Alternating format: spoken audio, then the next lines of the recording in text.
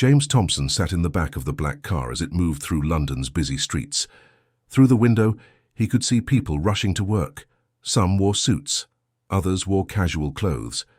James smiled to himself and looked down at his outfit. Dark blue jeans, a crisp white polo shirt and leather shoes he had polished that morning. His finance director, Emma, sat beside him, checking numbers on her tablet. "Everything looks perfect," she said. "The merger is ready. Megatech will benefit greatly from our software." Behind them, 2 more cars carried James's team. They were all excited. This deal would mean new opportunities for everyone. James had started TechRise 5 years ago in a small office in Birmingham. Now his company helped businesses across Britain run more efficiently. The cars pulled up to Megatech's headquarters. James and his team walked through the glass doors into a world of marble floors and expensive decorations. A young woman in a navy suit met them at reception. "Welcome, Mr. Thompson. The board is waiting in the executive conference room on the 45th floor." They rode the elevator in silence. James felt calm. He had prepared well for this moment. His company's technology would transform how Megatech operated. Both companies would grow stronger together. The elevator opened to reveal a corridor lined with portraits of former company chairmen. At the end stood a heavy wooden door. The receptionist knocked twice before opening it. Inside, 20 executives sat around a massive oval table. Sunlight poured through floor-to-ceiling windows, making the polished surface gleam. James recognized several faces from video calls. They smiled and nodded as he entered. Thomas Miller stood at the head of the table. As chairman, he controlled the company's direction. James had heard stories about his strict management style, but hoped they would work well together. "Gentlemen, ladies," James began as he approached his seat. Thomas's eyes moved up and down, taking in James's appearance. His eyebrows drew together. The friendly atmosphere in the room shifted. Other executives glanced at each other nervously. "Is this a joke?" Thomas's voice boomed across the room. James stopped walking. Emma and the rest of his team froze behind him. "I'm sorry," James asked, confused. "You're dressed like you're going to the pub, not signing a £1 billion deal," Thomas continued. His face had turned red. "Where's your suit, your tie, your respect for this meeting?" The room fell completely silent. Some executives studied their papers. Others looked out the window. No one met James's eyes. James felt heat rising to his face, but years of facing challenges had taught him control. He took a deep breath before responding. "Sir, I respect your concern," he said steadily, "but our company values comfort and creativity. We've built our success by focusing on innovation, not formalities. Our team produces the best work when they feel comfortable." Thomas slammed his hand on the table. The sound echoed through the room. Coffee cups rattled in their saucers. "Comfort? This is business, not a weekend barbecue. We're talking about $1.5 billion. Billions. And you show up looking like a teenager at a shopping center." Emma stepped forward, trying to help. "Sir, Mr. Thompson has led TechRise to remarkable success. Our technology—" "I don't care about your technology if you can't show basic respect," Thomas interrupted. He turned to the other executives. "Can you believe this? 5 years of building this company, and this is how he presents himself?" James looked around the room. He saw sympathy in some eyes, embarrassment in others. A few executives nodded slightly in agreement with Thomas. The vice president of finance, a woman named Susan, kept her gaze fixed on her notepad, her pen trembling slightly. "Mr. Miller," James said, maintaining his composure, "I've come here today with a proposal that would benefit both our companies. My appearance has nothing to do with the value we can create together." "Well, I won't sign anything with someone who shows so little respect," Thomas declared. He crossed his arms and sat down heavily in his chair. "This meeting is over." James felt the weight of disappointment, but also clarity. He had built his company on principles of equality and mutual respect. This wasn't just about clothes, it was about values. He straightened his shoulders and looked each executive in the eye. "I'm sorry you feel that way. TechRise believes in judging people by their contributions, not their wardrobes. We wish you well." James gathered his papers with steady hands. Emma and the team followed his lead. As they walked toward the door, he turned back once more. "For what it's worth, the clothes I'm wearing cost more than most suits in this room. But that's not the point, is it? With quiet dignity, James led his team out of the boardroom, down the elevator, and back to their cars. As they drove away from Megatech's headquarters, the city continued its daily rhythm. People of all kinds went about their business, each dressed according to their needs and preferences. Emma touched James's arm gently. "What do we do now?" James looked at his reflection in the car window. He saw a capable leader who had stayed. True to his values, "We find partners who share our vision," he said. "This door closed, but somewhere a better one is opening." The cars merged into London traffic, heading back toward Birmingham, toward home, toward whatever came next. The afternoon sun cast shadows across James Thompson's office as his team gathered in the open workspace. 35 people sat on chairs, desks, and even the floor. Their faces showed disappointment, worry, and confusion. TechRise had never faced such a moment before. James stood by the window, looking out at Birmingham's skyline. The city where he'd built everything. He could see families walking in the park below, children playing on swings, life continuing as normal. But inside this building, nothing felt normal anymore. "I don't understand," said Peter, the lead software developer. His voice cracked slightly. "Our technology is brilliant, everyone says so. Why did he treat you that way?" Emma Watson sat on James's desk, her smart business suit a contrast to her worried expression. "We've worked 12-hour days for months, weekends too, all for this deal." "My wife is pregnant," added Michael from accounting. We were counting on this merger for stability. James felt the weight of responsibility. These people had trusted him. They'd believed in his vision of a tech company that valued talent over tradition, results over rigid rules. Now that vision felt shattered. Sarah, from marketing, spoke up. "Maybe we can explain to them, show them our results again. The client satisfaction rates are 98%. "No," James said firmly, turning from the window. "We don't chase after people who don't respect us." The room fell quiet. Outside, a bus drove past the office building. Inside, the air conditioning hummed softly. Time seemed to slow down as everyone waited for James to continue. He walked to the center of the room, his white polo shirt and dark jeans suddenly seeming perfect for this moment. Not overly formal, not too casual, just real. "Listen carefully," he began. "What happened today wasn't just about clothes, it was about values. Thomas Miller wanted to change who we are before we even started working together." Heads nodded around the room. Some team members wiped their eyes. "We built TechRise on principles," James continued. "We hire based on talent, not connections. We create better technology because we think differently. We succeed because we're ourselves." David, who managed client relationships, raised his hand. "But sir, that was 1.5 billion. How do we replace that?" James sat on the edge of a desk, bringing himself to eye level with his team. "We don't replace it, we find something better, a partnership built on mutual respect." "Do such companies exist?" asked young Robert, fresh out of university, his first real job at TechRise. "I hope so," James admitted. "Because if they don't, we'll create a new path. We've done it before." The team began talking among themselves. Some shared stories of other companies they'd heard about.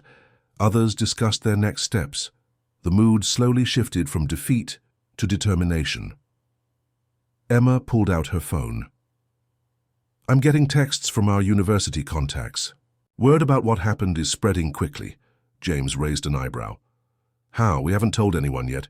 Remember Jenny? She worked at Megatech but quit last month. She was in the conference room today. She's telling everyone what she witnessed." The phone on James's desk rang. Then Emma's phone.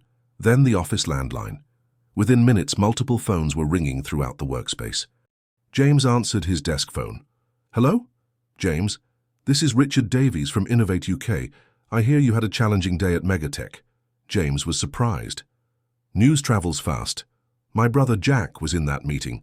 He's been wanting to quit Megatech for months. What Thomas did today was the final straw. He's resigning tomorrow." "I'm sorry to hear that. Don't be. I'm calling because Innovate UK would be honored to discuss a partnership with TechRise. We admire your work and your principles." Before James could respond, Emma waved frantically. She covered her phone and whispered, "Britain Future on my line. They want to talk too." James felt something stir in his chest. Not quite hope yet, but possibility. "Richard, I appreciate the call. Let me discuss this with my team. Of course. But James, we judge companies by their innovations, not their wardrobes. After the calls ended, the office buzzed with new energy. Team members shared the news. Phones kept ringing. By evening, 5 tech companies had expressed interest in partnerships. Thomas, the head of security, entered the workspace. Sir, there's a crowd of journalists outside. They want to talk about what happened today. James shook his head. We're not discussing this publicly. This is about business, not drama.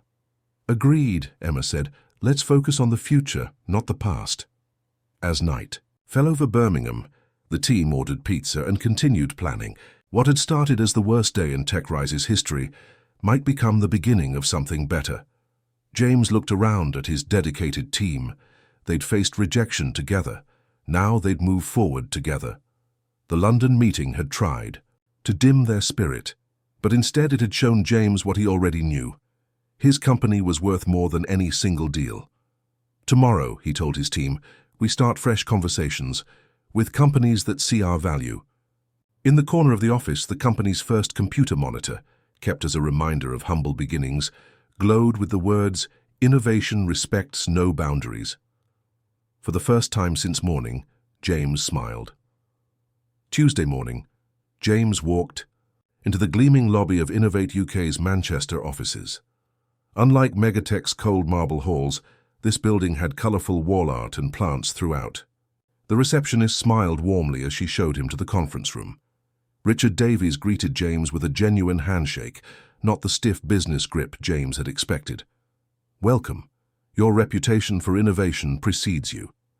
The meeting room had comfortable chairs and a round table, instead of the intimidating oval at Megatech. Richard's team included engineers who asked technical questions about TechRise's systems. They discussed coding languages, data security, and future projects. No one mentioned clothes. Our offer is $1.7 billion, Richard said. We believe in rewarding excellence. James nodded, impressed. This was already more than Megatech had offered. We'd also give your team leadership roles in our expanded operations, Richard continued. Your methods could revolutionize how all our branches work. The presentation ended with handshakes and business cards. Take time to consider, Richard said. Innovation shouldn't be rushed. Wednesday brought a different atmosphere at Britain Futures, Bristol headquarters. CEO Marie Hopkins met James at the entrance herself, wearing a smart blazer with a casual striped shirt underneath. I heard about Megatech, she said simply. Their loss is someone else's gain. Marie's boardroom had windows overlooking a river. Her team included people of various ages and backgrounds. David Chen, their technical director, had started as an intern and worked his way up. We're offering $2 billion, Marie stated. But money isn't everything. We guarantee every TechRise employee keeps their job. Their current benefits improve by 15%. She pulled out detailed plans. We'll establish a new innovation center in Birmingham. Your team won't need to relocate. British jobs and talent matter to us. James appreciated her directness. Why such a generous offer? Because short-sighted thinking costs more than fair partnerships, Marie replied. Megatech just proved that. The meeting lasted 3 hours. They discussed expansion plans, research, funding and company culture. Marie showed James their employee satisfaction surveys, consistently high ratings. That evening, James gathered his leadership team in TechRise's main conference room. The setting sun painted orange streaks across the Birmingham sky. On the table lay detailed proposals from both companies. Innovate UK shows respect for our work, Emma summarized. Their offer exceeds Megatech's by 200 million. Wise. But Britain Future offers more, Peter added. 2 billion plus job security for everyone, plus that innovation centre here in Birmingham. The discussion continued late into the night. They ordered Chinese takeaway and spread documents across multiple tables. Each offer had strengths. Both companies treated them fairly. Finally, around midnight, James made his choice. Britain Future. Their commitment to our people and our city matters most. As James prepared the acceptance letter, news about the megatech incident spread beyond business circles. Someone had recorded Thomas Miller's outburst on their phone. Though grainy, the video clearly showed his dismissive treatment of James. The first business magazine article appeared Tuesday, "When Prejudice Costs Billions." The story detailed James's professional background, TechRise's impressive growth, and the abrupt end to the megatech deal. Social media exploded with reactions. LinkedIn posts from former megatech employees revealed similar experiences. Twitter threads documented the company's outdated policies. Instagram posts from tech conferences showed James networking successfully in his preferred business casual attire. "Good riddance," wrote a TechWatch UK. "A company that values clothes over talent doesn't deserve success." "Been saying for years megatech needs to update their mindset," posted Sarah Chen, a Birmingham entrepreneur. "This proves my point." Business. News channels picked up the story. Financial analysts began questioning megatech's leadership decisions. How many other talented people had they dismissed over superficial reasons? By Thursday, megatech's stock had dropped 3%. Investors worried about missing the TechRise opportunity. Some called for Thomas Miller's resignation. The company's social media filled with comments from job applicants withdrawing their applications. Friday brought headlines: Megatech loses $1.5 billion deal over dress code dispute. Major shareholders demanded a board meeting. Young talent reconsidered working for a company with such rigid attitudes. Meanwhile, James finalized paperwork with Britain Future. He insisted on one condition: no public statements belittling megatech. "We take the high road," he told his team. Saturday morning, James entered his Birmingham office to find the parking lot full. His staff had voluntarily come in to celebrate. They decorated the workspace with balloons and a banner reading, "New Chapter, Same Values." Emma raised her coffee mug. To partnerships built on respect, everyone toasted with their morning beverages. Coffee, tea, juice, even water bottles. The simple gesture embodied TechRise's philosophy: substance over symbols. Outside, Birmingham bustled with weekend shoppers. Inside, James's team planned their future with Britain Future. Innovation would continue. Jobs would remain secure. The city would gain a new technology center. Through the window, James spotted a young family passing by. The father wore jeans and a nice shirt, similar to James's preferred style. His children ran ahead while his wife smiled beside him. James realized something important. His choice of clothing had never been about rebellion or disrespect. It represented authenticity, comfort, and focusing on what truly mattered. Now his entire company could continue operating with those same values. 2 weeks after signing with Britain Future, James Thompson sat in his Birmingham office reviewing new recruitment plans. His phone rang with an unfamiliar London number. "James." "Thompson speaking." "James, it's Thomas Miller." The voice carried a forced friendliness. "I hope you're well." James set down his pen. He hadn't expected this call. "How can I help you, Thomas?" "Listen, I've been thinking." Thomas cleared his throat. "Things got a bit heated during our meeting. You know how high-pressure negotiations can be." "I remember clearly," James replied. "I'd like to put that behind us. Let's restart the megatech deal. Same terms as before. What do you say?" James stood and walked to his window. Below, workers. I left the building for lunch break. Some wore suits, others jeans and jumpers. All carried themselves with purpose. "Thomas, I appreciate the call," James said carefully. "But we've already partnered with Britain Future." "Surely contracts can be renegotiated," Thomas pressed. "We can offer more money, better conditions." "It's not about money," James explained. "It's about respect and shared values. Britain Future welcomed us exactly as we are." Thomas's voice hardened. "You're making a mistake. Megatech is bigger, more established. And that's exactly why our cultures don't match," James responded calmly. "We wish you well, but our path leads elsewhere." After ending the call, James shook his head. Some people never learned. The following weeks proved challenging for Megatech. Their stock continued dropping as investors questioned leadership decisions. 4 talented software engineers resigned, citing the company's toxic culture in their exit interviews. Other companies eagerly hired them. The financial press reported on Megatech's talent drain. Young graduates chose other firms for their careers. Megatech's innovation suffered as creative minds left for more accepting workplaces. Meanwhile, TechRise integrated smoothly with Britain Future. The merger officially completed on a sunny Tuesday morning. Marie Hopkins joined James in Birmingham for the announcement. "Together we're creating 3,000 new jobs across the UK," Marie declared to gathered employees and press. "Innovation knows no boundaries, not of location, background or dress code." James smiled as he looked at the crowd. Former TechRise employees mixed with Britain Future staff. Some wore formal attire, others business casual. All showed excitement for the future. The new innovation centre broke ground within a month. Birmingham residents gathered to watch the ceremony. Local leaders praised the investment in their city. Construction jobs brought immediate economic benefits. By summer, the merged company launched 3 new products. Their flexible work culture attracted top talent from across Europe. Universities partnered with them for research programs. Birmingham's tech sector grew stronger. One afternoon, a Guardian journalist visited James at the new headquarters. "People call you a symbol of change in British business," she said. "How do you respond?" James adjusted his favourite blue polo shirt, the same style he'd worn to that fateful megatech meeting. "I'm just someone who stayed true to principles. Every challenge teaches us something." The journalist scribbled notes. "What did this challenge teach you?" "That authenticity matters more than conformity.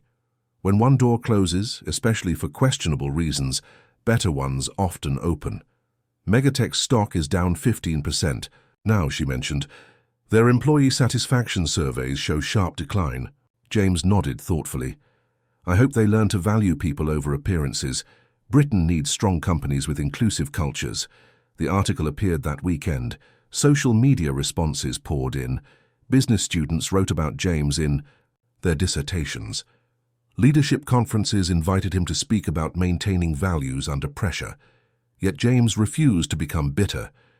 "We don't grow by tearing others down," he told his team. "We succeed through innovation and respect." 6 months after the merger, TechRise Britain Future produced quarterly results exceeding all projections. Employee retention hit record highs. Customer satisfaction reached 99%. During a company meeting, Peter from software development stood up. "Sir, remember that day when we all sat in the old office, defeated after Megatech?" James nodded, remembering their disappointment. "We wondered if companies that shared our values even existed," Peter continued. "Now we know they do. We found each other." The room applauded. Emma Watson smiled proudly from the front row. Marie Hopkins, attending virtually from Bristol, gave a thumbs up on the big screen. That evening, James drove through Birmingham city centre. Construction cranes dotted the skyline. New buildings rose where the innovation centre would create jobs for thousands. Traffic moved slowly past busy shops and restaurants. At a red light, James noticed a young black woman crossing the street. She wore professional clothes but carried herself with confident casualness. A group of men in suits passed her going the opposite direction. One glanced disapprovingly at her outfit. When their eyes met, James nodded encouragingly. She smiled back, understanding his support. The light turned green. James drove on, thinking about progress. Change happened slowly but surely. Each person who stood firm in their values made the path easier for others. His phone buzzed with a message from Marie. "Fantastic quarter. Ready to discuss expansion into Scotland?" James smiled and kept driving toward the future they were building together. The Queen Elizabeth II Conference Centre in London buzzed with energy. Over 500 business leaders gathered for the annual Tech Innovation Summit. James Thompson stood backstage, wearing his signature navy polo shirt and tailored jeans. 6 months ago, this outfit had caused controversy. Today, it represented authenticity. "5 minutes, Mr. Thompson," a stagehand said. James nodded, thinking about the journey that led here, from a Birmingham startup to a symbol of change in British business. The TechRise Britain Future merger had exceeded everyone's expectations. Their company now led innovation across multiple sectors. The stage lights brightened. James walked out to applause. He saw familiar faces in the crowd. his team, university contacts, and young entrepreneurs he'd mentored. 6 months ago, I faced a choice, James began. Compromise my values or walk away from a major deal. I walked away. He smiled as heads nodded in the audience. That decision led me here today to announce something special. Behind him, a screen displayed the new program logo, Dress for Success Differently. This initiative will help young entrepreneurs from disadvantaged backgrounds, James explained, not by telling them what to wear, but by connecting them with mentors, funding, and opportunities. James's voice grew stronger. Talent comes in all shapes, sizes, and clothing styles. A brilliant idea doesn't become less brilliant because its creator prefers jeans over suits. The audience cheered. James shared statistics about talent lost due to superficial judgments, how companies prospered when they valued creativity over conformity. I've learned that authenticity attracts authenticity, he continued. When we accept ourselves, we find partners who accept us too. As James spoke, he noticed movement near the exit. Thomas Miller entered quietly, finding a seat in the back row. James maintained professional composure but felt surprised at his presence. We're partnering with 10 universities to support student entrepreneurs, James announced. Applications open next week for our first 100 spots. The crowd applauded again. Marie Hopkins, watching from the front row, beamed with pride. This program aligned perfectly with Britain Future's values. James concluded his speech. Every challenge teaches. Every door that closes opens others. Stay true to your vision. After stepping off stage, James mingled with attendees. Young entrepreneurs approached, sharing their own stories of judgment and perseverance. Some wore business suits, others creative outfits. All carried dreams and determination. Mr. Thompson? A voice came from behind. James turned to see Thomas. Miller approaching. The Megatech chairman looked different, less rigid, more open. Thomas, James acknowledged. I was wrong, Thomas said directly. That day in the boardroom, I let prejudice cost my company dearly. James extended his hand. We all make mistakes. The important thing is learning from them. Thomas shook it gratefully. Megatech has changed considerably. We hired a new HR director who's reforming our policies, diversity training for all managers. I'm glad to hear it, James replied sincerely. I saw what happened after our meeting. Thomas continued. The stock drop, the talent leaving. It forced me to examine our company culture. A reporter nearby perked up, sensing potential confrontation. But James maintained composure. Progress is possible when we're willing to look honestly at ourselves. Thomas nodded. Your program is exactly what the industry needs. My company would like to contribute funding. James considered this. Send a proposal to Marie Hopkins. If it aligns with our mission, we'll consider it. After Thomas left, Emma Watson joined James. That was graceful, she observed. Holding grudges prevents growth, James replied. Months later, Megatech announced major changes. They adopted flexible dress codes. Their recruitment focused on skills over appearances. Former employees started returning, drawn by the improved culture. Under new CEO Patricia Singh, Megatech's stock gradually recovered. They partnered with diverse suppliers and implemented mentorship programs. The infamous boardroom incident became a turning point for reform. Meanwhile, James's story spread beyond business circles. Newspapers featured him in articles about workplace equality. Podcasts invited him to discuss authentic leadership. Fashion magazines praised his influence on corporate dress standards. The Dress for Success Differently program flourished. Its first cohort graduated with impressive results. 50 new startups launched, creating jobs and innovation.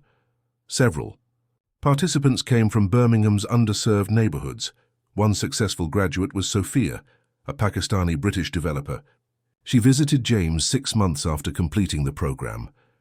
My parents doubted I could succeed in tech without wearing British business suits, Sophia said. Your program showed me my hijab and modest clothing weren't barriers. Her app had attracted funding and international attention. Sophia now employed 5 people, planning to expand. Stories like Sophia's multiplied. The program reached across Britain, supporting entrepreneurs from various backgrounds. Each success reinforced James's belief. Potential existed everywhere, if only people looked beyond surface appearances. At the program's first anniversary celebration, James addressed 200 graduates. "You've proven what I always believed," he said. "Success comes from ideas, not imagery. From character, not costumes." In the audience, former skeptics had become supporters. Business schools incorporated James's case study into their curricula. Corporate boards revised outdated policies. James Thompson's journey, from rejected CEO to change agent, continued inspiring others. His simple act of refusing to compromise principles had rippled across British business culture. Companies learned that respecting diversity strengthened their foundations. The London evening ended with networking and celebration. As guests departed, they carried more than business cards and memories. They carried a new understanding. Success belonged to those brave enough to remain authentic. That night, driving home to Birmingham, James reflected on the path since that humiliating boardroom moment. Rejection had revealed opportunity. Staying true to values had multiplied success beyond imagination. His story would continue inspiring generations of entrepreneurs. Be yourself. Your genuine self attracts genuine success.